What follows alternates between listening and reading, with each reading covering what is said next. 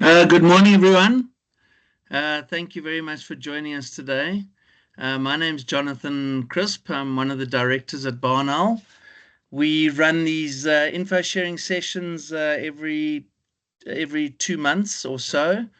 So we're very excited today to hear Christelle Marais chat to us about the IRMSA risk report, the 2024-2025 report.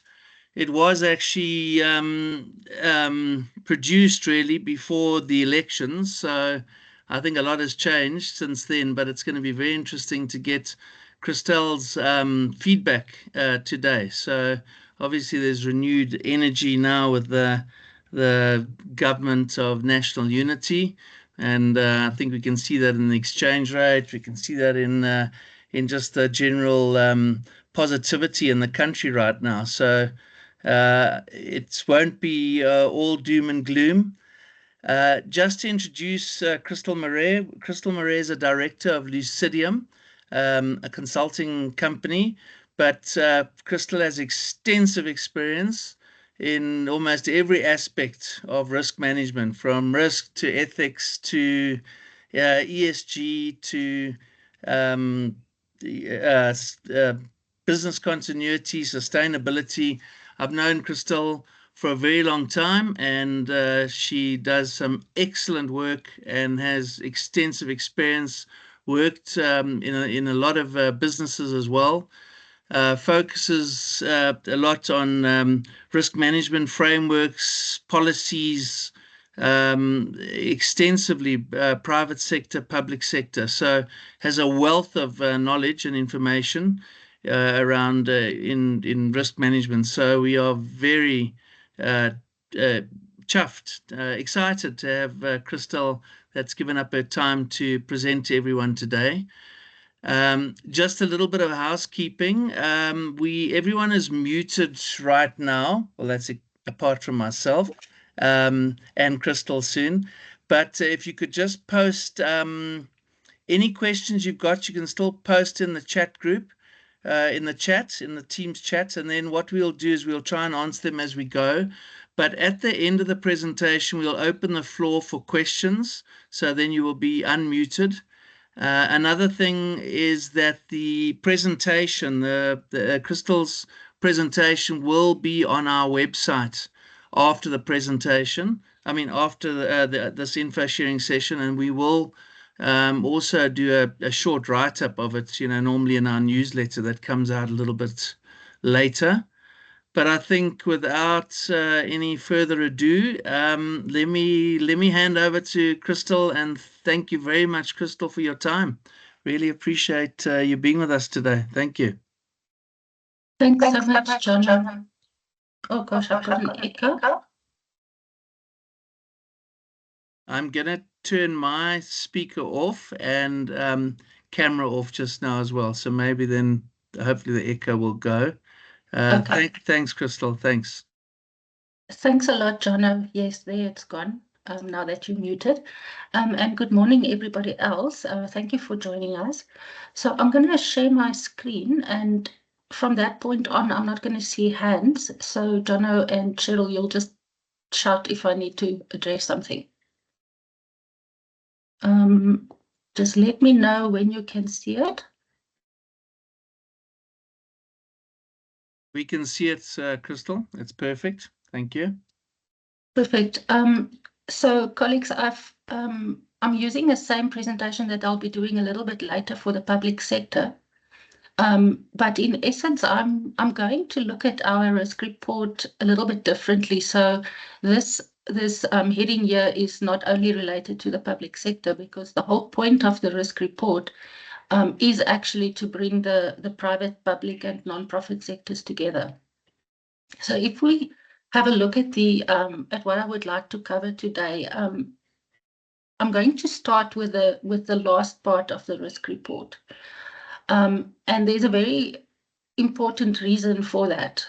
You will remember that for those that actually attended the launches and had a look at the report up to date, the theme of the report is about a tale of two cities in South Africa. And if you haven't read Charles Darwin's book, maybe try. It's a very good book, but it actually positions very nicely what we are dealing with in South Africa. So if the call to action in the risk report is for us to address that tale of two cities, in other words, the extreme inequalities that we are dealing with, the high poverty levels, unemployment, etc., we need to think about how do we fix that from where we are, each one of us in our own lives. So you would note in the risk report that we've very clearly positioned that the only way we can address that is to get as many people engaged as possible. And that would try and convert us into a culture change where people can serve from where they are. And to enable us to do that, each one needs to be the best version of his or herself, to enable them to actually influence anything where they are. And you will recall we've used the book Who Moved My Cheese, and I still recommend it as reading for everybody at least once in every 1 or 2 years, because it positions what we can influence for better outcomes. It's almost a little story of scenario planning and the risks in various scenarios. So if we know that we need to change South Africa's culture by getting people more engaged, how do we equip ourselves to lead and to influence where we are? And once we've equipped ourselves, where do we decide to lead? Where do we apply that influence? And then moving to the risk and the way that we've positioned it in the risk report, the storyline about how do we then give ourselves this winning chance. And Jono, in the introduction, nicely positioned that things have changed since the election, but we have seen things going pretty much in the direction that we were able to see the upside risk almost because the risk report was issued before the election. So then everything in the country is influenced by government's national plan. So at the change of the 6th administration to the 7th administration that thinks about the GNU and how we plan for the country in the previous medium-term strategic framework to the now medium-term development plan, we need to understand what policies government will issue that drives the rest of the economy and the rest of the nation. And then thinking about what has changed since that report and how do we keep ourselves honest in the sense of enabling as many people to be active participants in our future.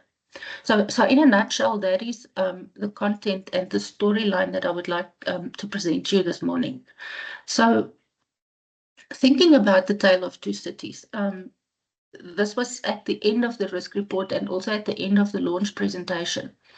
But the point was made that South Africans, the majority of South Africans live in the lower 2 levels of the Maslow hierarchy of needs.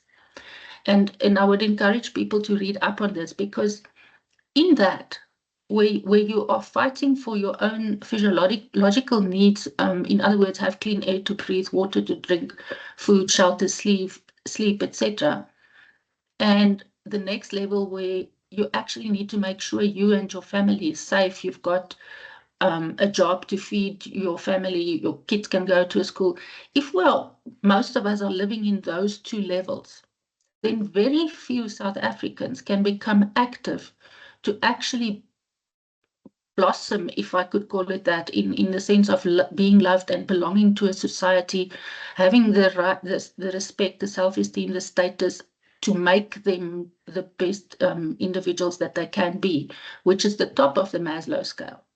So we need to very urgently get more South Africans to be able to become the best versions of themselves. And this quote at the end of the Tale of Two Cities for me was quite apt, because what we see now post 2-3 months after the risk report is we are definitely going in the right direction. That does not mean there's not still a lot of hard work left. So if we want to see this beautiful city with brilliant people rising up, it means that every little thing that everyone does where they are is going to galvanize in the right direction if we can get more people to do that. So let's look at what that means. And I've specifically used a little storyline to see how do we drive this national culture change. So the first thing is we are each one an individual. Only then do we become part of a family, and then we become part of a society.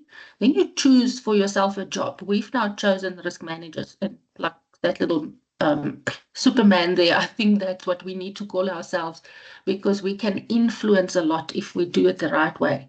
And only after you've chosen your career do you now decide where you're going to work. You're going to be an employee somewhere, or you're going to be an entrepreneur somewhere, starting your own little business, or you're going to be a public servant, right?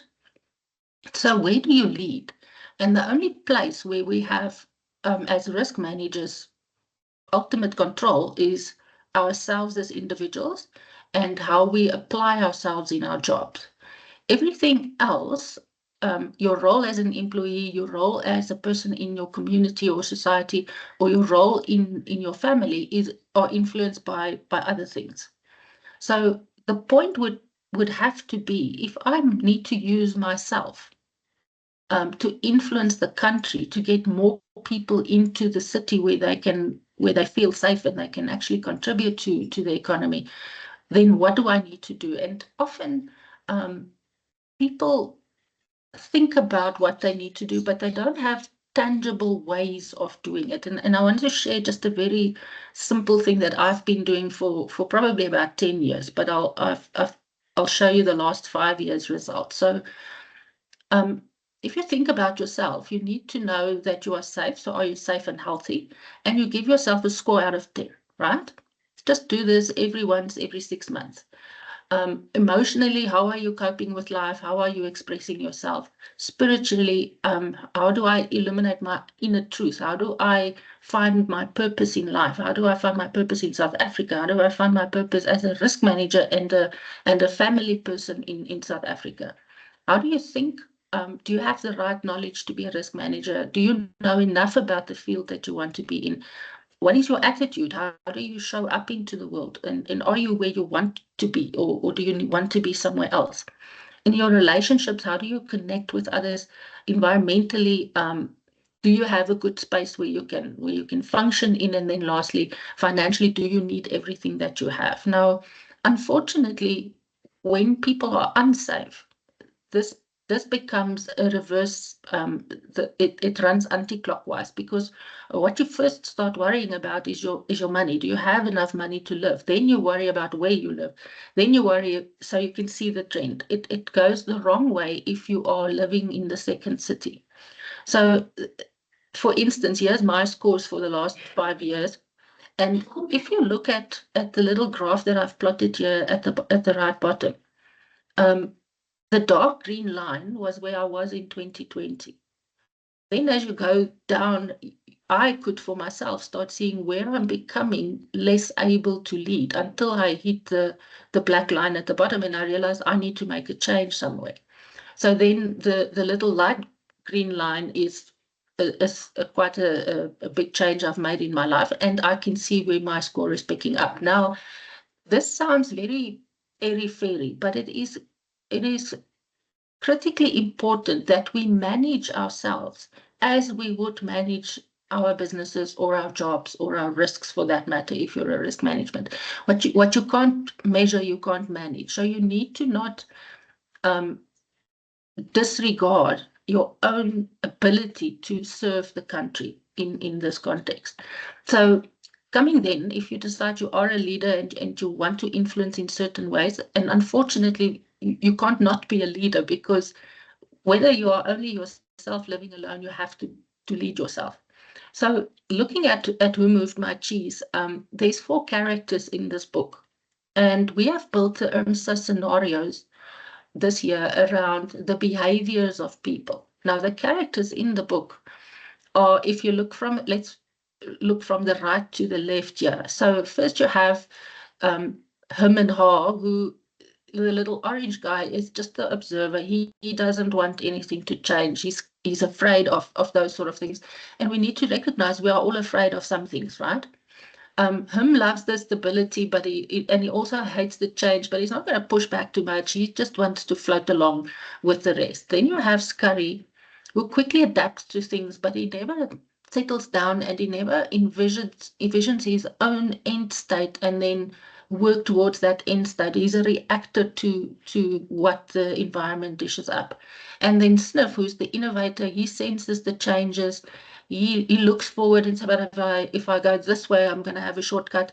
If I go that way, maybe things will fall apart. So that's the preemptor in the story. So if we think about ourselves at a very high level, where do we fit into these 4 characters?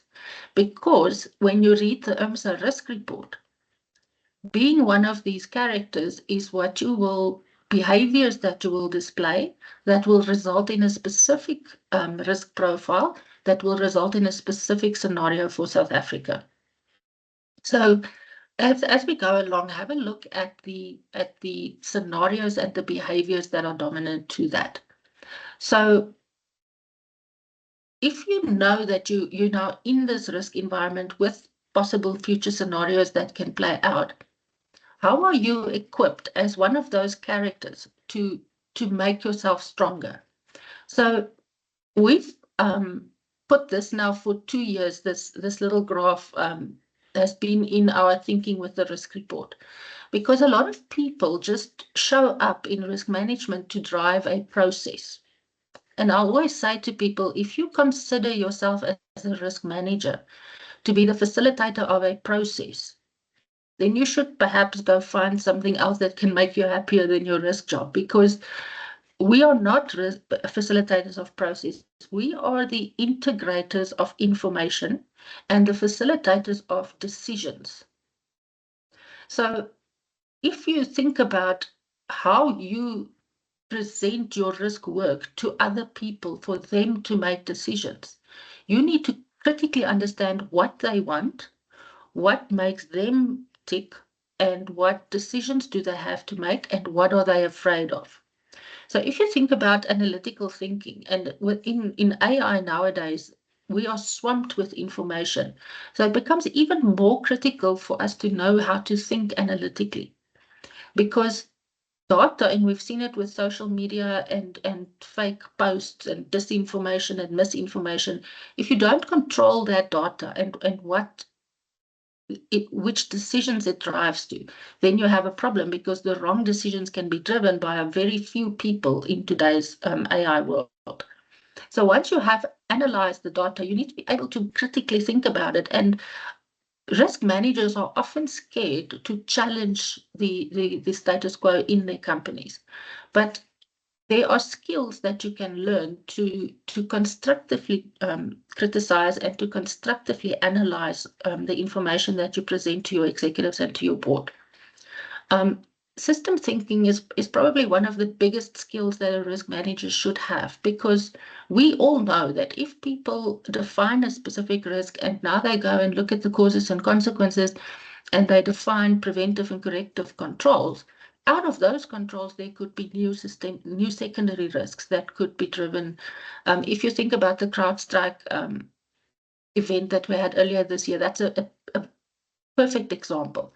You introduced something to try and protect people against technology risk and cyber risk, and then if that fails, that creates the next risk. So we need to understand how that looks at what we're driving in South Africa. And something that's at a very national high level is things like all the legislation that we dream up as a country. That is fantastic, and we can ideologically not fault any of it. But the secondary risk is that we don't have the people or the resources sometimes to implement that legislation. So systems thinking is that which gives you that edge to say, but if this, then what's going to happen? Then probability thinking, which is more closer related to how we think about risk, the fact that something may happen or may not happen. And I think sometimes we underestimate this, because it's also very closely linked to risk pressure and risk volatility. So how quickly something will happen is part of your probability thinking. And then if it happens, what else will it trigger is part of your systems thinking and reverse engineering the process backwards to critical and analytical thinking. Now, if you look at the three bottom skills or competencies that you need to develop, this is about how your organization will react to what you put on the table. So game theory, you need to understand that if I put this on my report or I say this in a workshop, what will the other guy do? Then what will I do? Then what will he do? So you have this forward-looking way of thinking how people will react to what you are presenting in terms of risk or how you facilitate the decisions. Also understand that you yourself and everybody else have cognitive biases. We know that in South Africa, I think we know it more than most people globally. But understanding why people do what they do and what affects their thinking gives you as a risk manager, the edge to drive the right outcomes. Now, this speaks a lot to emotional maturity, but it speaks even more to you as a risk manager not having a vested interest. It's almost like having a view from nowhere. Your only driver is what's best for your organization at that point, and whether that will be good for the country if you elevate your systems thinking to beyond your organization. So understand what people want and what influences them. And then the last one, understand what motivates them. And this is linked quite closely to business acumen. You need to understand your business and the people that run it better than they do. That's the only way as a risk manager you can influence decisions for the greater good. Now, similarly to that little graph that I showed you on managing yourself, you can do the same thing here. You can say, okay, I'm a risk manager. I don't think I'm strong in analytical thinking.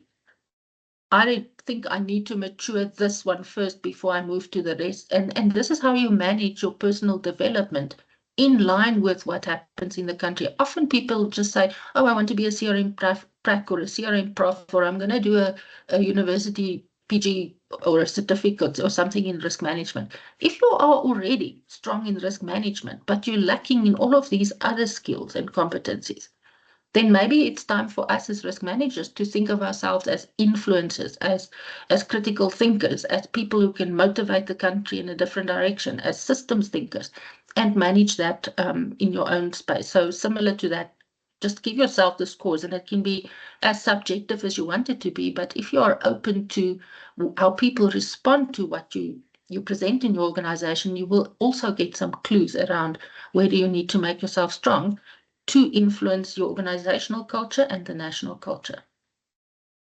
So if we then know that we are leaders and that we lead in our chosen field of risk management, the risk report then becomes the tool that you can not only use as a resource to do your day job, but you can also use your day job to make a better South Africa materialize.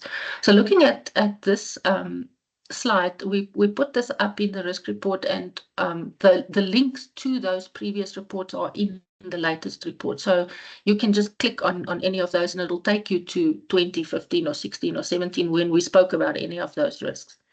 Now, the map that you see in front of you is quite, I don't know if it's a good or a bad thing, but the fact that we in South Africa keep on saying the same things are keeping us worried or keeping us awake at night, we can't find ways to deal with it, is what we addressed in this year's risk report. So if you look at how we started, we said the single biggest thing in 2024 is skills and education.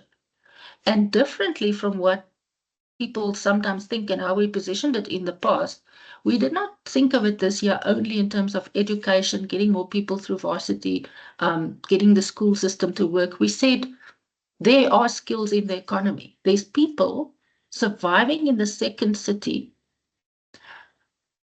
irrespective of whether we don't count them in our economic analysis, in the Stats SA numbers. So what skills are there that we can immediately start leveraging in the right way?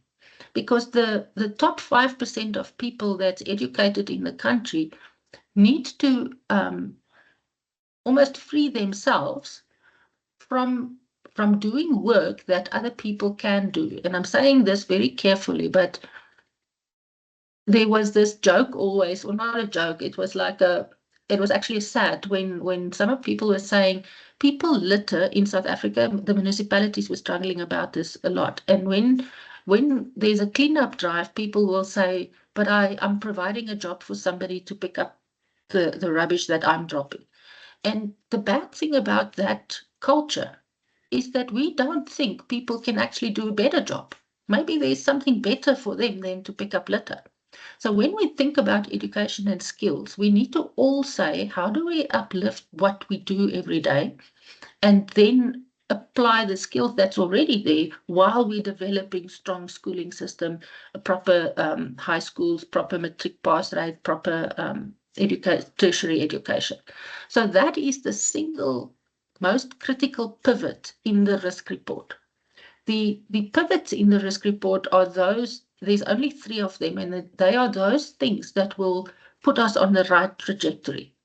So if we are able to address the skills, there's 2 that will naturally have to be addressed for the rest to be managed. And that's the fact that we do need a functional state, and that is a critical issue, and we do need the rule of law. But if we are able to activate existing skills, fill vacancies, get the right people in the right positions, then we should be able to address the functionality of the state and the rule of law. And this comes through quite clearly in what the GNU is driving. So we're saying if we can get those 3 to work, the 3 that bothers us most in terms of economic growth, in other words, the energy issue, the water issue, and the infrastructure issue, we should be able to start fixing those, because now you have skill, you have a functional state, and you hopefully have the rule of law under control, specifically things like the construction mafia, organized crime, fraud and corruption across the economy. So if the economy can start working based on good roads and rail infrastructure, energy and water, then we're saying the economy should start functioning. And that then becomes the next pivot. The moment you have money in the economy, you also have the resources to start making the right policy changes. Now, what we mean by that in the risk report is to say the policy changes needs to be less ideological and more practical and more executable, and then we have to have the political will to execute those. And we are saying if we do those, then the outcomes that we are worried about, the things that will happen if we don't fix South Africa, we will be able to start addressing that. And I've used food security a little bit later on as an example of how the economy and national policy will affect a risk. And food security is one of the risks that I believe we are completely underestimating the scale and scope of this risk. If it starts materializing, it's going to go the wrong way very quickly. And the controls we will have in place is going to take a long time to materialize.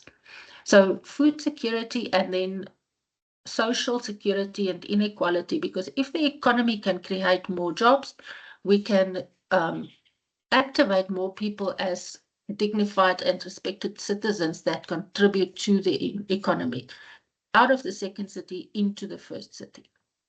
And then lastly, climate change, which we've just seen over the last week or so, the impact on the economy that this has. And when did you ever see in September in South Africa that people pass away from cold in snow? And that is what we need to start thinking about. A little bit later on, I'll share some of the resources that we can rely on here. There is not any shortage in terms of information about this, and we need to unpack that information as risk managers, because it's going to reduce the places where we can produce food and where people can safely live.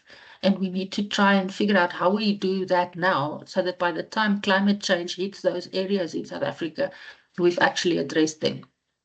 And then the one that will enable most of this is sorry, let me just dismiss that. The one that will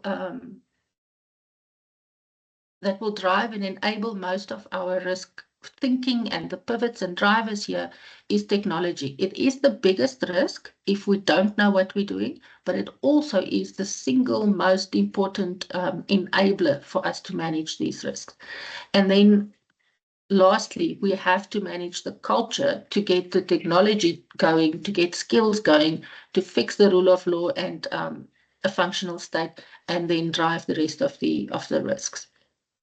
So if you look at this picture, in your organization, you have to figure out where do you influence and lead for this national story to be supported from a point of view where your organization is a key player in the economy.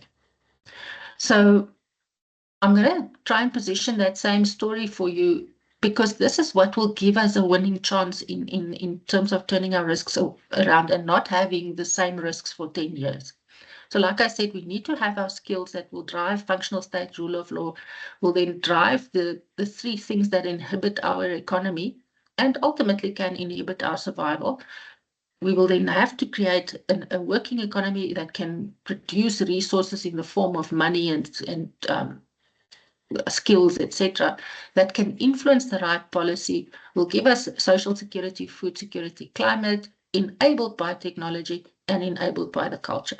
So if out of the entire risk report you have this takeaway and you can understand, I need to start with culture, then I need to be able to enable technology, then skills, and then you have the story. So reading the risk report from that perspective makes your job as a facilitator of risk decisions so much easier. So if you look now at how the country moves from from the old administration to the new administration, everybody in risk management, whether you work for a bank or for a JSE listed entity or for a non-profit or for public sector, you need to understand what drivers in the national policy framework will affect you. And there is, again, if you go onto the National Planning Committee's website, there's the most wonderful tools that you can use as a risk manager to bring into your organization. If you go and look at the Operation Vulindlela website, again, there is so much information and it's presented in a very succinct, clear-cut way that you can use to drive your risk workshops and your decisions in your organization. So if we looked at the previous NDP goals, and that was the ones that influenced the country from 2019 to 2024, we know that they were pretty much what we've built in the previous risk reports to identify our risks. So it was about our energy, the economy, social security and safety, corruption, making the environment where people lived safer, and making government work. So we've been saying this to ourselves for a long time, and everybody says, okay, but how do we get there? If you look now at what the GNU prioritized, it's pretty much the same, right? Again, we're saying it's economic growth, a secure society, good local and traditional government. We must invest in our people, which is part of growing the economy. We must build a better state. We must enforce law. Parliament must do its job and not fall apart if everybody has a difference of opinion. We need social cohesion. And then the new one that came in very strongly, and which I think should have come in a long time ago, is it has to be about South Africa first. We need to get away from our historical alliances to please other countries, because we are small in the bigger scheme of things, and they will never not look out for themselves. So we're almost like an innocent child when we want to give our support to things that we don't get reciprocated in South Africa. So that is a very important one that got added to the mix. Now, in the risk report, you'll see how we said each of the risks, the way that it currently is and how we foresee people managing it, will result in a certain scenario. So if we don't address the risk, we're going to still end up in a scenario where everybody is in it for themselves, and we will still look at this risk profile, and we will still not achieve the GNU goals, which is basically the NDP goals. So if you look at the three risks that we said are the key ones that we need to address. So we see the change from the risk report to now, that politics and the economy is going the right way, as Jono was saying in the introduction. The problem we have is that skills, which is the pivot that will influence everything else, is not. And that is the biggest challenge. So if every risk manager just address the fact that people are disengaged and that we need to figure out how to bring skills into the economy, if that's all we do, we can move the country's risk profile to a better outcome, a better scenario materializing. And then obviously the technology one is the one that will get us out of trouble the quickest, but it will also have the highest secondary risk potential. So if those four risks are leveraged and addressed, that means we should be in a better position to achieve the GNU principles. Now, if you look at the scenarios, previously we had the worst case scenario for us was our sold out future, which pretty much meant we were barely existing as a sovereign state. Now, in this scenario, we had the public, private, and the civic criminal agendas that dominate people's lives. We survived despite that, not because of true leadership. We were used to institutional failures, and with that, it's not only institutions like Section 9 institutions in the Constitution, it was also things like schools, like hospitals, like municipalities. Things were just imploding. We also, in this scenario, see that coalitions were dysfunctional, national policy is paralyzed, we think up grand ideas and we can't implement them, and then at the same time we're trying to please the rest of the world. And then the worst part of this scenario would be that ultimately we would end up without water and electricity and education and healthcare. We would not be employed and people would not have food to survive. So what this scenario would mean is that more people will drop from the top of the Maslow hierarchy, from the first city into the big second city where people are not safe and secure. Now, if you look at that middle block, the dominating cultural behaviors, it means that if we do these things, we're going to be stuck in this scenario and it will just get worse. You can see in the risk profile, almost everything is bad. So if you identify the drivers of the people in your organization and you are identifying how they behave, you need to recognize the people that think we should not change anything, that the people that are resisting change or improvement in things, people who actually want safety, but they got no idea how to go about it. And they're not really thinking or planning. It's almost like they're paralyzed in this scenario. And then obviously having a blame culture, it's everybody's fault except our own. So if we want to not make this scenario realize, we need to move to the next scenario. Previously, this was called our perpetual hangover, and we've changed the thinking in the scenarios to be about leadership.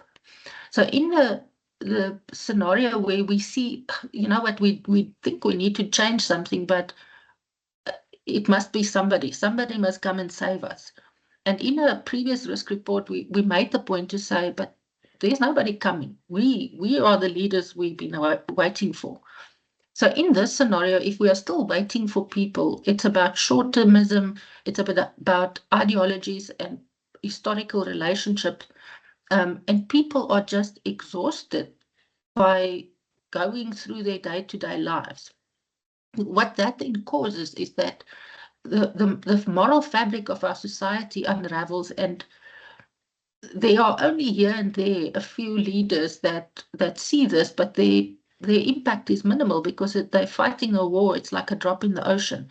And we continue to degrade the foundations of our economic growth and social renewal. So the behaviors that will make this happen are the fact that we are adaptable because we have to, otherwise we will die. But we jump into action. We don't really plan this thing through. We just move from short-term results every year or every 5 years and we don't consider the longer term implications or think further ahead than our own lives, because we are still caught in this dominating culture of survival. Now, to get out of that, we need to, and what was nice in the risk report this year is we started seeing some of this. And I think what it means is that we are going into a future where younger people, without some of the baggage that the people that drove the economy, younger people are coming in. So they are saying, but wait, let's just forget about everything that holds us back. Let's try and start and drive a different outcome. So despite the clear consequences of what we were doing, there were people who didn't fully succeed in making the change, but young people are saying, you know what, you can see that what you're doing is not working, let's do it this way. And there are a lot of these people, they are becoming catalysts for change. And even in the absence of us buying into what they do, they say, but you anyway going to be the older generation that goes out. We are fixing things for us, and we're looking further ahead. So in this scenario, the older people still remain passive because we are scared that they're going to do something. It's like raising your teenager, and then 5 years later you wake up and see, oh, okay, this child was actually right. He's making his life work. So the behaviors in this is for people to be more open-minded and to learn to think very analytically and detailed, but then the ability to sort of zoom out and see the big picture, so the systems thinking. And very importantly, we start to have an internal locus of control where we're saying, I can influence a bigger picture instead of I am a taker of what's given to me. And in this scenario, we start seeing people that can change in time to a better outcome. And you can see how the risk, the level of risk start changing in each of these scenarios. And then the ultimate scenario where we want to be as a country is where everybody is leading from where they are. So the most important thing, I think, is for South Africans to understand that we are the protectors of this country. Now, everybody was posting Heritage Day in this week, Heritage Post, and one of the things, I was just monitoring it almost like a word cloud in my mind of reading all of the news and what people were doing. And a threat is coming through that says we are a national entity. We're no longer the divided people from the past. And I think that is a critical ingredient of making this best scenario happening, because that eliminates our distractions from our internal conflicts and distractions, because we know we're in this together. We also know that we only have each other. There's nobody else coming, and we need to optimize our limited resources to achieve common goals for all of the people in the economy, because the second city can reach a point of no return. So that if we don't turn it around, we will just have to absorb some of the losses, and that is somewhere we don't want to end up, because coming back from a dysfunctional state is something that eats so much resources. You will have another generation come through after the youthful leaders of today.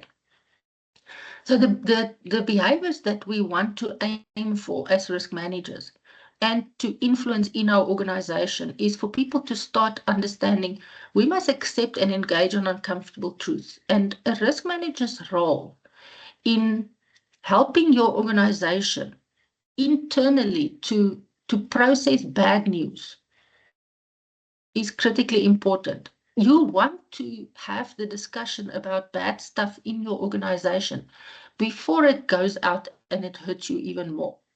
And for that to happen, you must be able to anticipate and drive change, and your organization must see you and trust you as the person that will do that. It's about practical and detailed thinking and not rushing into action, expecting leadership from self and others, and consider organizational impact. So these are the things that you need to aim for to get the best scenario to happen. Now, if you look at how we do that, we know we're coming from a bad scenario. We need to then leverage what is the outside in the world, to not having to reinvent the wheel, but use what is there. To then say, okay, how do we become more open-minded, learning to change, and understanding that we have to influence our goals, and then becoming a culture that can anticipate and influence the future. So up until this point is pretty much how it was unpacked in the risk report. So what has changed? First thing is we had an election that gave us some real strange results, and now we, as a citizenry, are basically saying to these few people that particularly don't like each other too much, you're going to have to work together. Why? Because we are working together. We've decided this is how we're going to, and this picture that it was on social media during the election, and it speaks 1,000 words for me. It is about the barriers between the cities breaking down and people saying, government, you do what we tell you to do. It's us leading this debate. Then we see on the economic side, load shedding is improving, interest rates are coming down, fuel prices are coming down. There's some good news in the economy. Bad news is still the fact that we have technology as a huge risk if we don't manage it. Climate change is not only influencing or impacting on the economy, but also on food creation and food production. And you would have seen, for instance, the potato and the tomato losses that were suffered just in one weekend in severe ripe. So the thing is that we need to influence things where we can in time. Now, on the political side, we know that we've got the GNU. They are focusing on the right stuff: inclusive economic growth, reduced poverty, capable state, and then our international policy. And we are seeing that there's a culture of action, which is continuing post the election. And I think there's two key questions there. Are you included? Do you understand what you are doing to contribute to this and your organization? And are we seeing accountability yet? It's early days. And there are still those forces in the GNU that is saying, we don't want to be part of this, or we want to disrupt it. We think it's becoming less. We think people are on the right track, but we haven't seen it yet. So that's the important takeaway in terms of politics after the risk report. In terms of economic growth, etc., the most important issue for me here is that we need to get more people into the economy, and we need to get the grey listing sorted. The other 2 or 3 will start happen because the grey listing is just part of creating a functional state. And then if you look at the Operation Vulindlela, I've put the link there. If you look at the website, it's very much aligned to the risks we have in South Africa. So electricity, water, transport, the digital communication one came through quite a bit. We didn't separate it out, but there is in the risk report a whole write-up on this on the communication sector, and then the visas and the rules around how people come and go from our country. In terms of technology, I've put it as the good, the bad, and the ugly, because most organizations are trying to optimize technology, but there are some that's lagging behind, specifically opportunities in education and healthcare. And I think one that was it was sort of borderline whether we can manage this is the fintech space, but I do think it's finding its balance to deliver first world fintech products and services to a country where literacy levels are low. I think that one is starting to find its balance. The bad, I think, is the fact that we need to get a better grip on this. People's skills need to be uplifted, and we need to have the capacity and infrastructure to protect and leverage technology. The CrowdStrike example that we spoke of earlier is a good example there. And then the ugly, and I don't think everybody knows how bad this is. There is a whole industry that's run on cyber risks, and I'm sure, John, you guys can tell us a lot about it. But the fact is that you can now go onto the dark web and get quotes on how to stop the country from operating. It's that organized, and it's growing organically because it is just more profitable. So if you are caught in a second city where you can't survive and you are sort of drawn into this environment, it's going to be very difficult to manage this risk. On climate, these resources are critically important. That's why I mentioned earlier there's not a shortage of information. So have a look at those websites. I think the largest exposures, apart from fire and flood that we used to see in the past, is the fact that it's impacting our logistics and food security, which is driving the economy and people's ability to survive. If you look at this one, and I specifically just used food as an example, we think it's about producing the food, putting it on a shelf, and people will eat it. But there is much more about it. And this is where national policy is so important to try and drive what happens. So social and security drivers, environmental, technological, trade, physical infrastructure, the demographics of the country, economic and commercial drivers, and local and community drivers are all influenced by national policy. So if we make our national policy so complicated and so interventionist, we are just breaking this food chain. So we are underestimating, like I said, the speed and scale of this, but there is already some green shoot. People are starting to use biotechnology, understanding how we are affecting the soil on Earth. There's a whole body of knowledge on that, and I encourage everybody to read that. And then lastly, we need to start balancing our internal needs and our exports. So where do we need to focus as risk professionals in this environment? So firstly, technology is key. I've just taken one or two highlights and said, if you are able to start using AI and machine learning in your organization, and don't think you need to spend a lot of money to do this, but be careful that the machines don't rule your decisions. So you need to understand how you do the best use the best that machines can do with the best that humans can do, and then you have the perfect risk management mix of resources. And then the second one is business acumen is key. Risk managers who do not get out of their offices, go see what's happening in the business, understand plants and manufacturing. If you're in the financial industry, understand how it works out there in your organization. You cannot include risk appetite properly into your strategy, and you will not be able to include BCM, insurance, combined assurance, all of that in your risk process. So I think this is almost the last slide, but the point here is to come back to where we started and say we are all just helping out South Africa to get to a better future. So this picture was in the risk report, and I've just supplemented it with a layer to demonstrate how we will change this national culture to get our risks managed. So we know we want a good state culture. To have that functioning state and that culture of parliament and everybody in the state to deliver servant leadership, we need to make sure that we, each one, drive our own organizations. If we are in the private sector and we can drive the organizational culture to be more efficient, more effective, deliver, and if you're in the public sector to actually see how you can only support the private sector and then your mandate in terms of service delivery, then we are getting to somewhere where we're lifting people out of the second city. But that is critically dependent on what we do when we're not at work, because what you do when you are only a person in a community is what actually creates the organizational culture. So we are saying a leadership culture must be inculcated at the bottom level of the country. So when you send your child to go to the shop to buy you bread and milk, I remember that's what I had to do when I was little. Do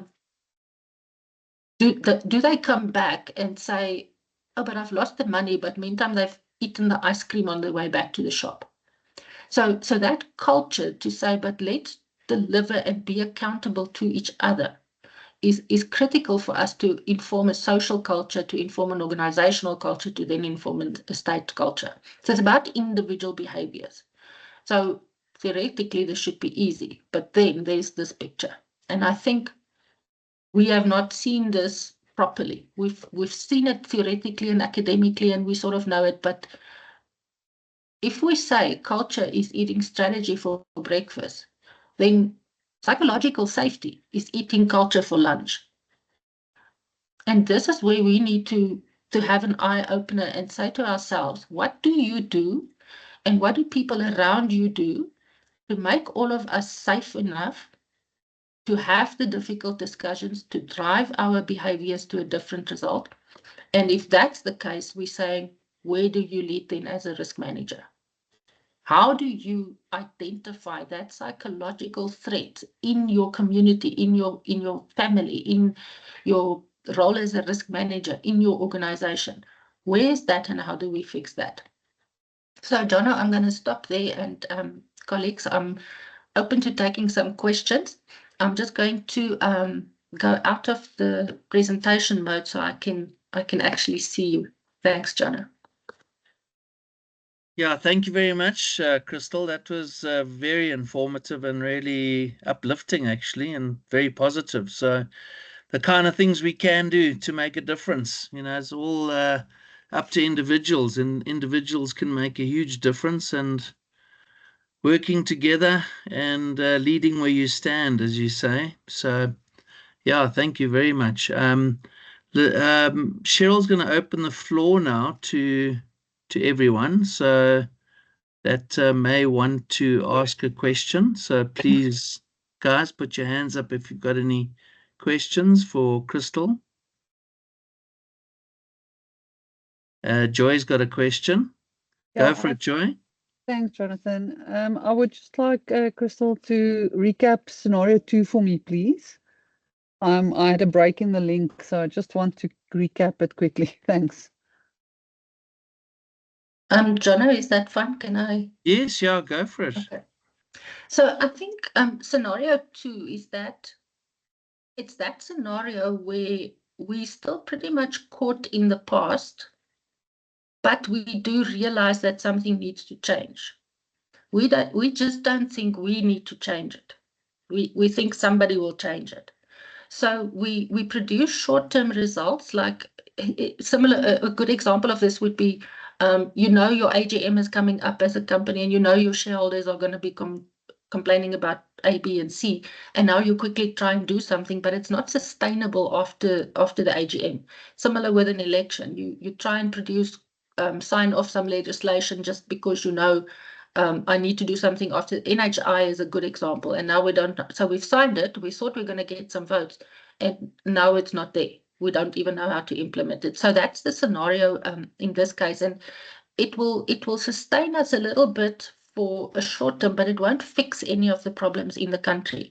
So we need to get people out of these dominating cultural behaviors into the third scenario. Thanks, Jono. Thanks so much. Thanks, Christelle. Are there any other questions? Now's your chance. Yeah, I mean, as I mentioned, we will put this presentation up. It's a great presentation, and we'll also try and do, when I get time, I will try and summarize some of these things as well. There's a question from Linda. Go for it, Linda. Hi, can you hear me? Yes. Thanks, Christelle, for the presentation. Quite insightful, and I think it's a positive view on risk. I wanted to ask your view that you mentioned on facilitating decision-making, not the process. How do you get your organizational heads to understand that you are coming from a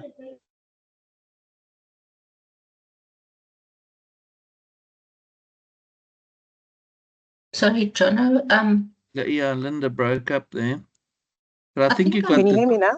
Yes, we can. Go for it. Yes, I was saying, you mentioned that risk management, we are to facilitate decisions, not only facilitate process. How do you get your C-suite or your organizational heads to see you as a facilitator in decision making, not only on improvement of efficiency in processes? You're making me think, because I actually answered this question a while ago on one of Becky Gutschwa's posts on LinkedIn. And unfortunately, it's like raising a child. The child will not always know what you're doing, but you need to know to have your North Star. So if I use a quick example, and I'm looking at the times, Jono, I remember starting to work at a large JSE listed company, and on the first day that I was there, my boss said to me, here's your laptop, here's your office, but I don't want to see you for 3 months. And in those 3 months, go and figure out how this place works. Go and see what's happening. And I think the biggest takeaway from me there was, you don't need to use your process to influence decisions. And if you start influencing the decisions in the passages, in the corridors, you actually go and look for where people have challenges and you solve those challenges. Ultimately, that culture spills over into your risk workshops and into the decisions that you try and drive in your reporting. We can possibly, Linda, I don't mind if you give me a call later on, but I can maybe take you through some of those thinkings that will get you from being seen as a time waster, as somebody that's driving a process that doesn't give them real value, to take you from there to a place where people are calling you and say, please, can you come and help me? I have a risk and I need to address this. So it's a little bit of a emotional maturity / understanding their fears and drivers that will get you from, oh gosh, do I need to have a next risk workshop, to please, can you come and run this for me? Thank you very much. I appreciate the response. I will be in touch. Thank you. Okay. No, thanks, Christelle. Maybe we can do another info sharing session on that. I'd be interested in that. I'm sure a few people would be. Yeah, no, definitely. You've had a lot of experience and in difficult organizations as well. So it would be very interesting. Yeah. I don't know if there are any other questions. Any other questions from anyone?